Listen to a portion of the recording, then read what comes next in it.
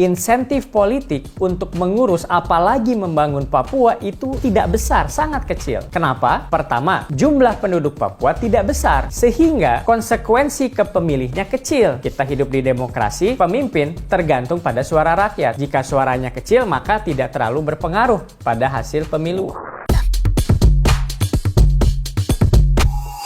Hari Sabtu, tanggal 2 Oktober 2021, Pekan Olahraga Nasional atau PON yang ke-20 dan diadakan di Papua untuk pertama kalinya dibuka oleh Presiden Jokowi. Acaranya megah, membanggakan, sekaligus mengharukan. Tidak sedikit teman-teman saya meneteskan air mata melihat acara pembukaan itu. Harusnya PON Papua ini diadakan pada tahun 2020. Namun, karena pandemi corona menerjang, PON Papua harus ditunda. Tanggal 13 Juli 2021, Presiden Jokowi memimpin rapat bersama Menpora, Gubernur Papua, dan KONI tentang keberlangsungan PON Papua ini. Perlu diingat, bulan Juli 2021, kasus COVID di Indonesia sedang tinggi-tingginya. Perlu dipikirkan secara matang keputusan apa yang akan diambil oleh Presiden Jokowi mengenai PON Papua. Setelah rapat, akhirnya Presiden memutuskan PON Papua tetap lanjut diadakan. Kemudian, di bulan Agustus 2021, kira-kira 1 bulan kemudian, Presiden Jokowi mengeluarkan instruksi untuk dukungan penyelenggaraan PON Papua. Puncaknya, Presiden Jokowi sendiri yang membuka acara PON Papua, sekaligus meresmikan banyak proyek infrastruktur, dari mulai fasilitas olahraga tentunya, hingga Creative Hub,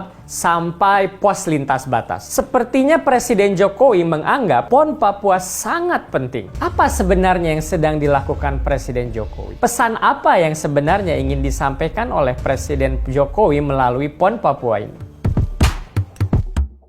Kalau kita membahas Papua, yang pertama terbayang oleh kita biasanya adalah kekayaan alamnya yang melimpah ruah. Mulai dari minyak, gas, emas, tembaga, batu bara, nikel, semuanya ada di Papua. Tapi kita sering lupa bahwa Papua juga memiliki sumber daya manusia yang tinggi kualitasnya dan orang-orang yang berjasa bagi Republik Indonesia. Misalnya, pahlawan nasional Frans Kaisiepo adalah pahlawan dari tanah Papua yang wajahnya diabadikan di uang kertas pecahan Rp10.000. Saya sendiri punya pengalaman pribadi bersama dengan salah satu putra terbaik dari Papua. Beliau adalah dosen sekaligus penguji skripsi saya ketika dulu di kuliah di jurusan Fisika ITB Bandung. Beliau adalah Dr. Hans Waspakrik. Yang menarik dari Pak Hans Waspakrik ini, dia seorang jenius yang luar biasa, seorang fisikawan yang reputasinya mendunia. Beliau seorang yang rendah hati. Kita biasa panggil beliau Pak Hans. Pak Hans adalah ahli di bidang fisika teori, sebuah bidang studi yang sangat sulit. Pak Hans ini lulus kuliah S1 sarjana dari ITB dengan predikat cum laude. Hampir semua nilainya A, hanya 1 yang B. Bahkan Pak Hans ini pernah melakukan riset bersama fisikawan Martinus Feldman asal Belanda yang memperoleh penghargaan Nobel Fisika di tahun 1999. Saya melihat banyak teman-teman dari Papua yang sukses di bidang fisika. Mungkin mereka terinspirasi oleh Pak Hans ini. Salah satunya ada Septinus George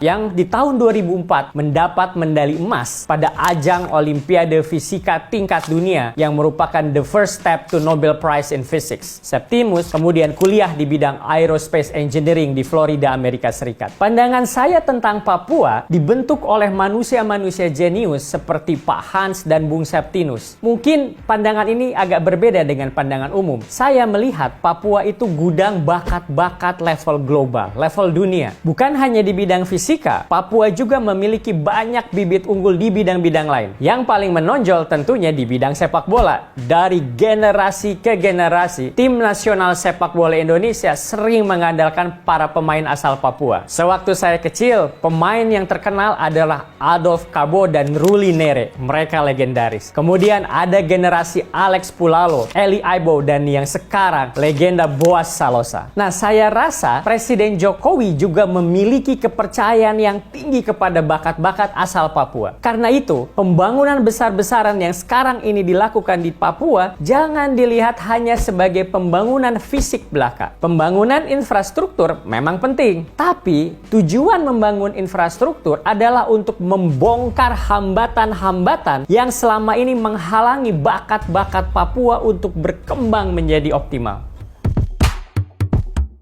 Lalu sekarang apa hubungan spesial antara Presiden Jokowi dengan Papua? Jika Anda jadi presiden di Republik ini, insentif politik untuk mengurus apalagi membangun Papua itu tidak besar, sangat kecil. Kenapa? Pertama, jumlah penduduk Papua tidak besar, sehingga konsekuensi ke pemilihnya kecil. Kita hidup di demokrasi, pemimpin tergantung pada suara rakyat. Jika suaranya kecil, maka tidak terlalu berpengaruh pada hasil pemilu. Nomor dua, keberhasilan pembangunan di Papua itu jauh dari hingar-bingar media. Lagi-lagi, dalam politik demokrasi, kerja senyap yang tidak terdeteksi oleh publik itu tidak menguntungkan, bahkan bisa merugikan karena sudah kerja banyak, sudah membangun banyak hal, tapi tidak diketahui atau dirasakan langsung oleh pemilih. Jadi, secara logika biasa, tidak ada alasan cukup kuat bagi seorang presiden untuk mengurus dan membangun Papua. Tapi tentu, Presiden Jokowi bukan presiden biasa. Perhatian Presiden Jokowi kepada Papua pun bukan kebetulan semata. Ada idealisme yang membara yang dimiliki Presiden Jokowi yang menjadi sumber keberanian dan komitmen kuat Presiden Jokowi untuk Papua. Betul, membangun Papua butuh keberanian. Kita tahu, sejak periode pertama pemerintahannya, Presiden Jokowi sudah menunjukkan perhatian yang luar biasa kepada Provinsi Papua dan Papua Barat. Sudah lebih dari 13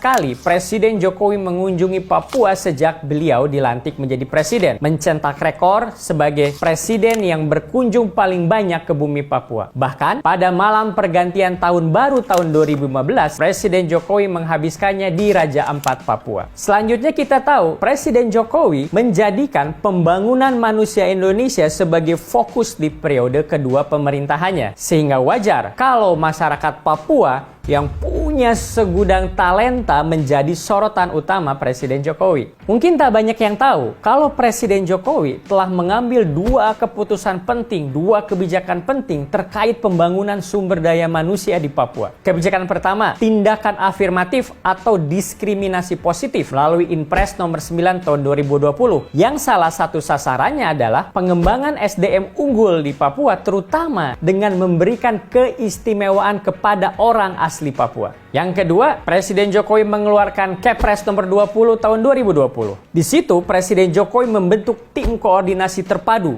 untuk mengeksekusi instruksi pengembangan kesejahteraan Papua. Siapa saja anggota timnya? Tidak tanggung-tanggung, ada 34 pejabat yang diberi instruksi langsung oleh Presiden. Ada Menko Polhukam, ada Menko Perekonomian, ada Menko PMK, Menko Marves, Menteri Keuangan, Menteri Dalam Negeri, Mendikbudristek, hingga Menteri Bappenas. Dan masih banyak pejabat lain yang diberi instruksi langsung oleh Jokowi. Tentunya ini bukan main-main, ini sangat serius. Jadi, bukan hanya infrastruktur, tapi Presiden Jokowi justru fokusnya adalah pada manusia-manusia dari Papua yang sangat berbakat, yang harus terus dikembangkan sebaik-baiknya. Meskipun Presiden Jokowi latar belakangnya berasal dari Pulau Jawa, tapi rasa sayang dan tanggung jawab beliau terhadap rakyat Papua tetap kuat. Kenapa? Karena keindonesiaan Presiden Jokowi lebih kuat daripada identitas pribadinya semata. Prinsip Presiden Jokowi, semua manusia Indonesia harus setara. Yang bangga bukan cuma masyarakat Papua, tapi seluruh rakyat Indonesia. Itulah hakikat sebenarnya dari Indonesia Maju. Itulah visi besar Presiden Jokowi.